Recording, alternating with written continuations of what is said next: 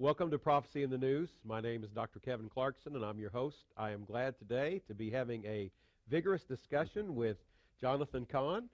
He is a Jewish brother who knows Jesus and is a pastor in New Jersey now. You call it Beth Israel, House of Israel? It's Beth Israel, and the place is called the Jerusalem Center. We're about 20 minutes outside New York City in Wayne, New Jersey. Yes.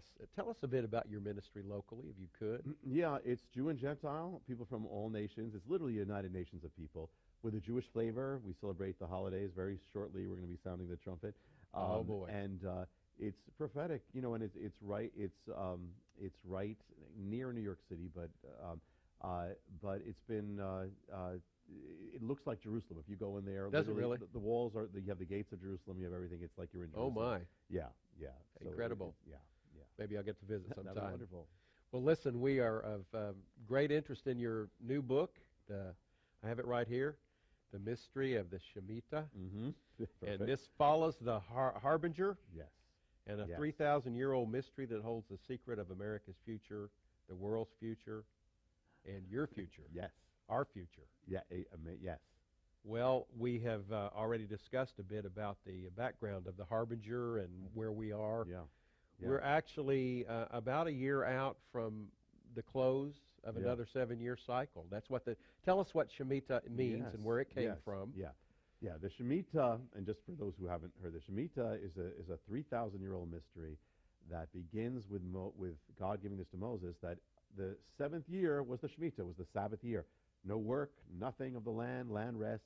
On the last day, Elul 29, last day, kind of all builds to a peak. On the last day, you have this financial wipe out, all debts, all wiped out, and the Shemitah was to be a blessing, but when Israel turned away from God, it became the sign of judgment on a nation that had driven God out of its life, that strikes the financial realm, and it wipes away, and it can even wipe away physical realities and nations. In 586 BC, judgment comes.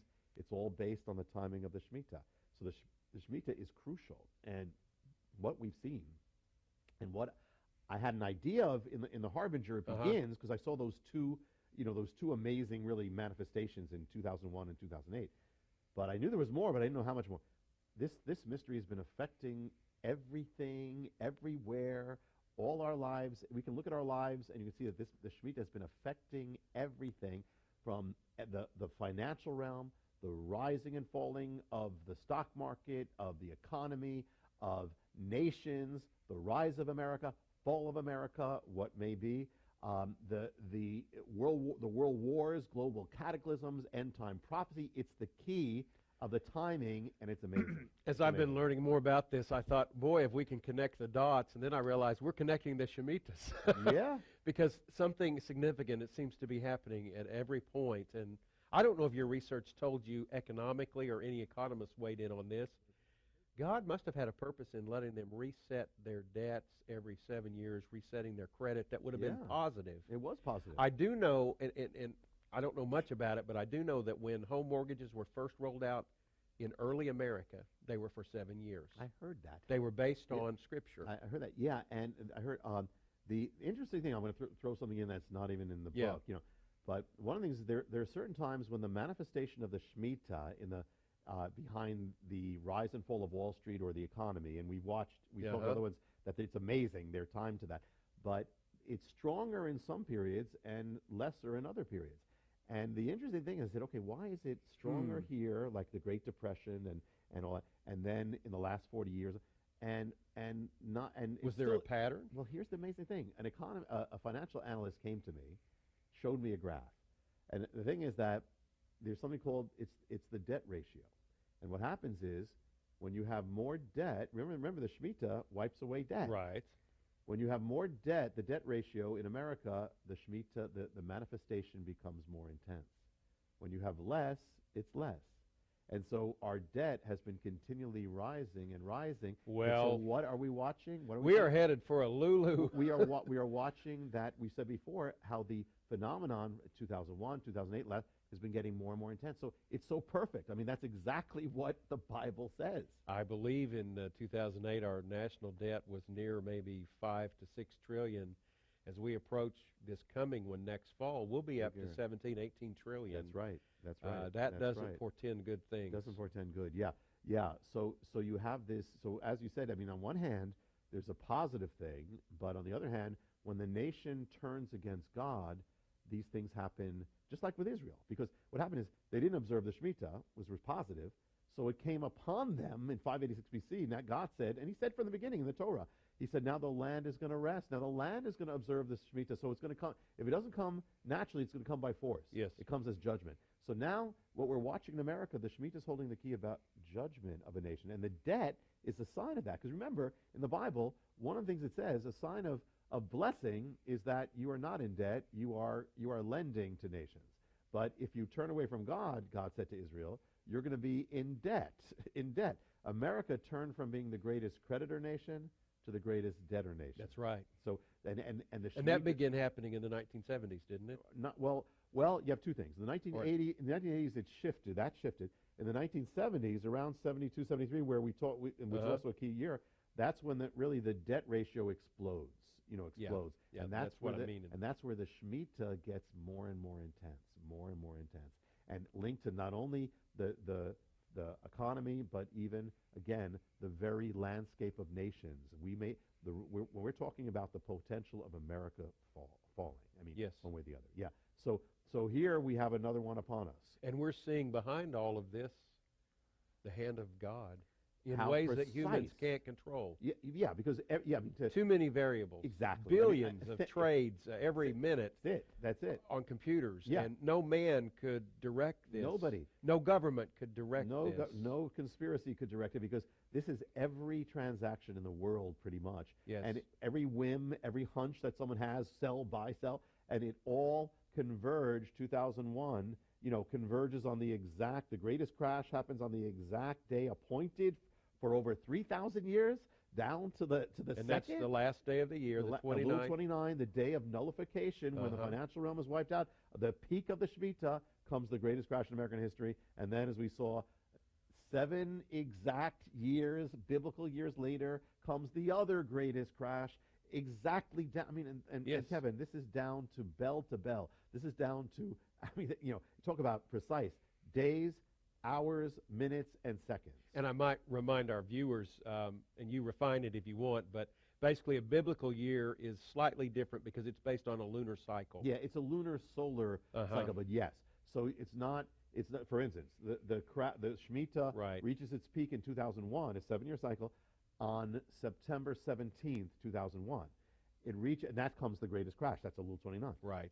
7 years later, it's September 29th comes the greatest crash, but that's Elul 29 on the biblical calendar. So the exact same day on the biblical calendar, down to the seconds. I mean, And to mention the mystery of the sevens again, it was 777-point drop. On the peak of the 7th And you said year, if we walk backwards from that 7 years, it leads you in time. 7 days and 7 hours. It leads you to the exact moment of the first crash in 2001, and then 7 days and 7 hours leads you to the very hour of 9/11. Wow. I mean, and the other thing is that we touched on it, but the ramifications are gigantic, because what it means is if that first crash, and this all begins, if that 2001 crash, it was caused by 9/11. 9/11 came, shut down the market for like a week, and then it opens up on that following Monday, and everything crashes. So it's 9/11 crashing the markets on the day of the Shemitah. So even 9/11 had to happen at the exact time. So this is so big, so gigantic. I'll throw something in that's just extra. Yes. That on the when 9/11 froze the markets, it was frozen at a certain number for an entire week. The number was 9605, frozen. Okay. 8 years later, on the anniversary of 9/11. Is that the Dow average? That was the Dow average, 9605. Okay. 8 years later, on the anniversary of 9/11, on 9/11, it returned to 9605. And even Wall Street, they say, we're spooked. But 9605 is interesting, not to get dogmatic here, but it's 9, and then it's 605 equals 11. The number was 9/11. Wow. Frozen. That is spooky. Frozen. But this is what there's fingerprints. Spooky is a term for God sometimes. And He's holy. Listen, all this stuff, is, you could say, eerie or amazing, because you were watching, like, even with the harbingers, people saying things and they don't know what they're saying, and they're saying the exact words. Exactly. And this is all linked together. what we're watching, Kevin, is in this last period is the phenomenon is magnifying and getting more intense. You have the last two crashes on the exact days. So what that is leading to, what that would lead to, it's getting more intense at the same moment that America is departing from God more rapidly. And on that note, can I say something probably that is so obvious we really haven't discussed it because we're assuming it, but we really need to think about it out in the open. We talked about the failure of America with marriage and with family and just the coarseness and the immorality. But when God judges a nation, he topples their false gods. Yes. He sent plagues on Egypt, and those were their false gods. Darkened the sun, that worshiped the Nile River, Yes. and then Pharaoh's son was going to be the next Yes. in line to be God, so he was struck dead.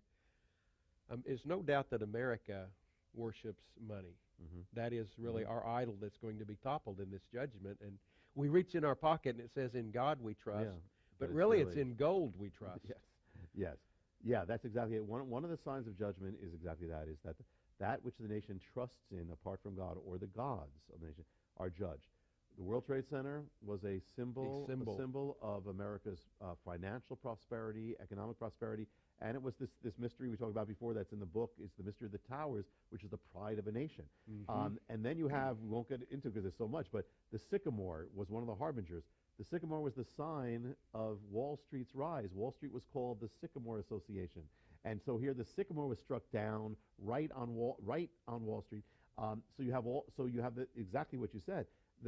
What the nation trusts in. And, you have another thing here. One of the harbingers, and this is where the Shemitah and the harbinger come together, because that's another scary thing, because they're coming together. Yes. And that is that one of the harbingers is the tower that's going up at ground zero. And this is linked to the pride of a nation. We will rebuild. We'll come back stronger without defiance. God. Yeah, it's the symbol. It's the epitome. Is this tower. So this tower is rising. Now, the tower began, it was actually spoken into existence the day after 9/11, when Tom Daschle, the Senate Majority Leader, pronounced judgment on America, pronounced Isaiah 9:10, the vow of judgment that led to Israel's destruction after its attack. He pronounces it and says, we will rebuild. Well, that tower was birthed with that prophetic judgment, which, so here it's, and Kevin. So from the beginning, judgment's written on it. You said a lot, because not only you said judgment's written on it, do you know, I don't know if you know this part, that after the book came out, this is one of the harbingers are continuing. Tell us about some things happened since the publication. So first you have a tower that's birthed in this vow of judgment, and it was the last week of the Shemitah. So the tower was birthed in the Shemitah, this tower that's coming. Oh, boy. And the tower, it looks like the tower may be completed in this coming Shemitah. So you got all, just like the World Trade Center. Now, and the other thing is that since the book came out, the harbingers have been coming true, and things are progressing. Example. The president went down to ground zero after the harbinger came out, and he was told to write words, inscribe on the beam that's going to be the top beam of the tower. It's going to complete the tower. So he could do anything. He can write any words he writes. What he writes in modern American prose. He writes Isaiah 9:10. We rebuild. We come back stronger than before. It matches the vow. When the ancient leaders of Israel pronounced this, it led to the destruction. Here you have the president, the highest words in America, on the tower is going to be this. And Kevin, if you go in the Hebrew, the words that brought destruction, Isaiah 9:10, they were only 8 words in Hebrew. 8 words, the whole thing. The president writes 8 words. It's 8 English words that parallel the 8 English words of the Hebrew on the tower. I mean, itself, which is the harbinger, which is the epitome of we will rebuild. So you got that. You have, at the same time, another thing, that you have the, I'll just quickly say this, the tree of hope. You have the Erez tree in the harbinger. It's the 7th harbinger. We can't go into all the detail except to say that the judgment on trees is a sign in the Bible of judgment on nations. We won't go into but this is the 7th harbinger. This was what was planted at ground zero to say, we're coming back stronger and bigger and greater. And this was a symbol of America. That tree has been withering away. Has it really? Withering away since it, and Kevin, and just this last season, the tree of hope representing America was destroyed, was cut down, was destroyed, gone. Wow, how symbolic. And it was destroyed on a Hebrew holy day. And from what I was told, it was the day that led into the first blood moon. Now, is this in your new book, or are you going to have Yeah. to write a third book? Yeah, well, there's another book. There will be another book, but some of this is coming. But yeah, and here now speaking about the one that's coming, and that's why one of the reasons the Lord led me to write this is because we are coming to this, and I believe we need to be prepared. And we are entering now, at the time of this broadcast, the beginning of this next Shemitah. Yes. And the Shemitah, now the general pattern, again, I give two cautions. One is, God doesn't have to do anything, and he doesn't have to do it when we think he's doing it. On the other hand, God could do it as he's done it. And we're in the last week of the 6th year of this present Shemitah. Yeah, as we are recording. As we record next week, I'm going to sound the trumpet in New Jersey, and it's going to begin with the Feast of Trumpets. The Shemitah is going to begin. When people are seeing this, it's just begun. Right. Now, generally, the pattern is that at the beginning you don't notice anything. The last two you wouldn't notice it, yet things were happening. Wall Street changed its momentum. You wouldn't have noticed, but it was the beginning. But the general pattern, if something's going to happen during this time, is that it's the end of it always reaches its peak at the end, which is, as you mentioned, it's September of 2015 or autumn of 2015. Uh-huh. And that's the period where in the last two you have the exact crashes, and then you have this, then you have this period after that. So the thing is that we're leading to that period. Now, people ask about the blood moons. Now, to say this, and not to get dogmatic, right. but it's interesting, and Mark Biltz would say, it doesn't have to, but it's interesting. The period of blood moons, the first half year have already gone. So what's left now is a year. The year that's left is the Shemitah. It's the Shemitah. So the Shemitah and the blood moons are happening at the same time or overlapping. Yes, they are. But here's something else here. There's something about, and again, we're not getting dogmatic. The Bible, God talks about, I will darken the sun. Now, it's one of the signs of judgment. Now, of course, there are solar eclipses, natural things. It doesn't mean that everyone means a judgment. However, it could signal things at times. Now, what happens is if you look in the 2015, there are two solar eclipses, two darkenings of the sun. Each one will mark the Shemitah. One will mark the exact day that marks the exact center point of the Shemitah. That's when the sun will be darkened. Okay. And the other one will happen on Elul 29, the exact peak, the day of nullification of the Shemitah. And Kevin, here's another thing to throw in. This is like a prophetic vortex. It seems like everything is coming to a head. It seems so. And again, we're not being dogmatic, but it seems so. But here the thing is that when the tower in 2013, the tower, they put the spire to complete the height of the tower. The day they completed, they got that up. The day they did was a solar eclipse again. So here you have the tower linked to the solar eclipse. Again. The tower is most likely going to be finished in the Shemitah. I would keep my eyes on that tower. I believe this is a sign of defiance and judgment. And then we have all these convergences, all these things coming together at the same time. Now here's another interesting thing. The day when Elul 29 comes this time, it's on Sunday. So the stock market's closed. So the stock market can't do its crash. But interesting, the last day the stock market's open is going to be 9/11. Oh, that's going to lead into Elul 29. Now I'll say something else. I'll say this: whether something happens during this year of Shemitah or not, and again we touched on this. I'm not one who sets dates, but in this book I do give all the dates, and I do want people to be ready in the mystery of the Shemitah. But the thing is that I do believe a great shaking is coming to this nation. I believe it will strike the financial realm, the economic realm, and it will be even bigger than that. Like 9/11 happened, it wasn't originally economic, it was a terror attack. So I believe there's going to be even greater than economic and financial, but it will affect all these things. Be as, in a sense, a famine in the land. Now, whether this happens in this period or beyond, I believe very strongly this is coming, and we need to be prepared. Now, one of the things is, as we shared, the harbingers are continuing, as we're talking. We just touched on before, you and I were talking about one of the harbingers, which is the second harbinger, which is the harbinger of the terrorist. And that is that in ancient Israel, when you had that first strike warning, it was brought about by the Assyrians, who were the masters of terrorism. People don't realize the Assyrians invented terrorism. You look at history, they invented terrorism. This is the ancient Assyrian Empire that was headquartered in Nineveh. Yes. And they did. They literally sought to inspire fear and terror in their enemies. Absolutely. And they would skin and flay them alive They invented, decapitate them. yes, they invented terror as a form of literally strategy, and every terrorist to this day is a descendant in spiritually, or and could be more than that, of the Assyrians.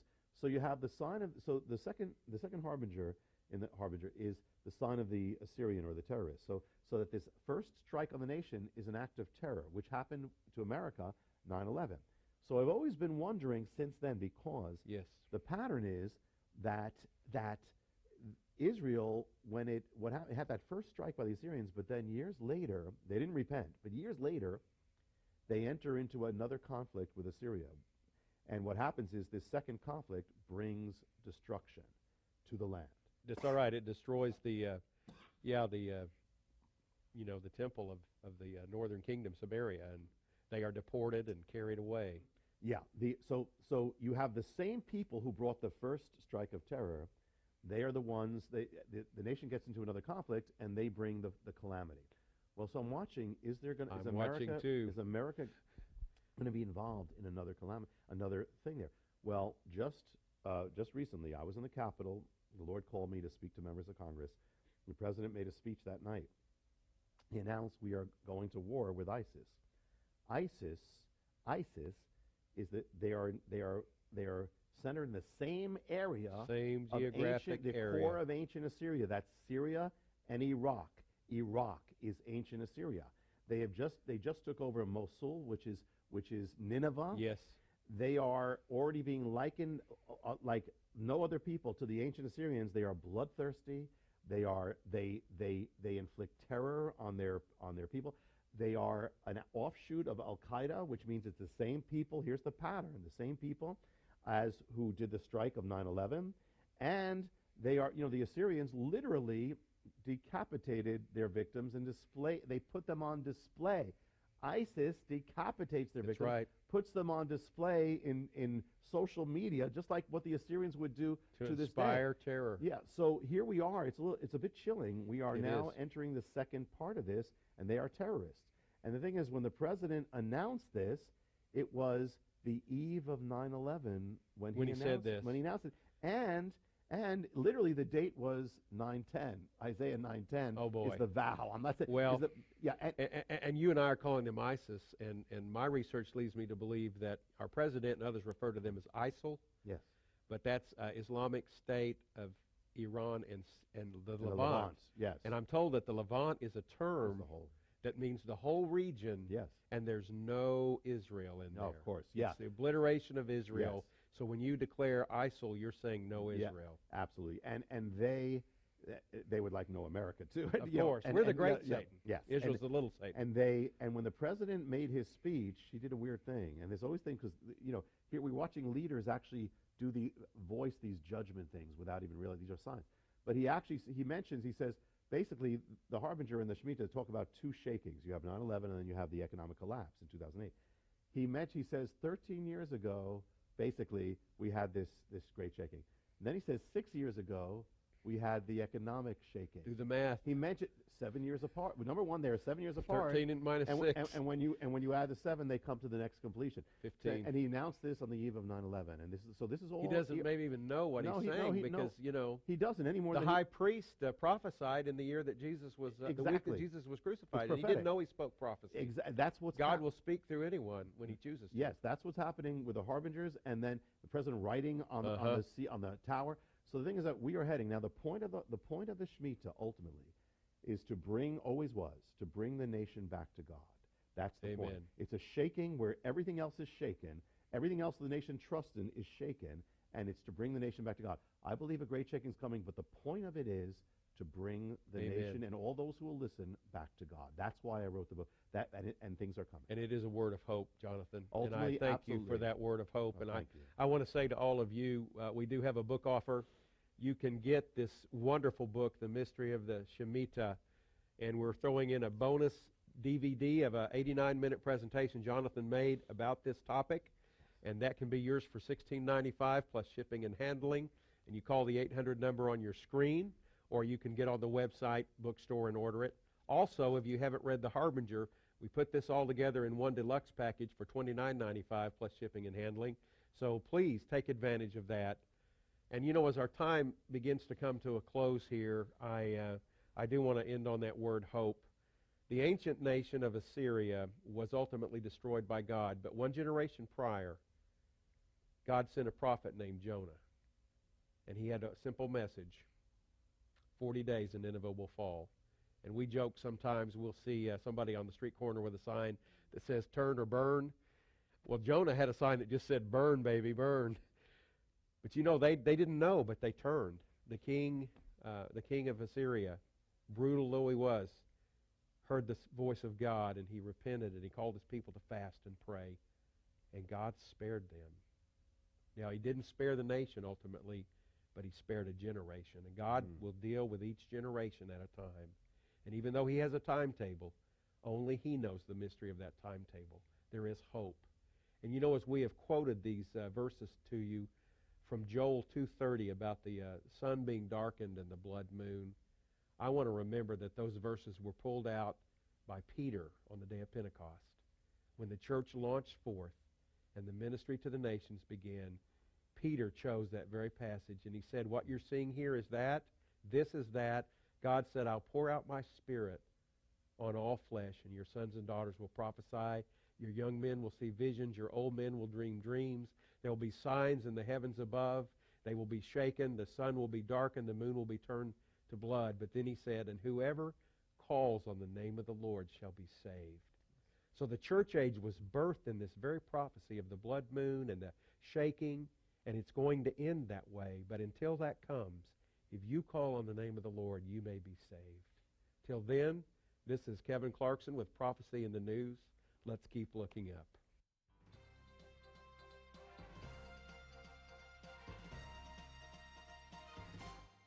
Prophecy in the News is a viewer-supported program made possible by our many friends around the world. Write to us at Prophecy in the News, P.O. Box 7000, Oklahoma City, Oklahoma, 73153, or email us at prophecyinthenews@yahoo.com. Be sure to like us on Facebook at facebook.com/prophecyinthenews, and follow us on Twitter at PITN News.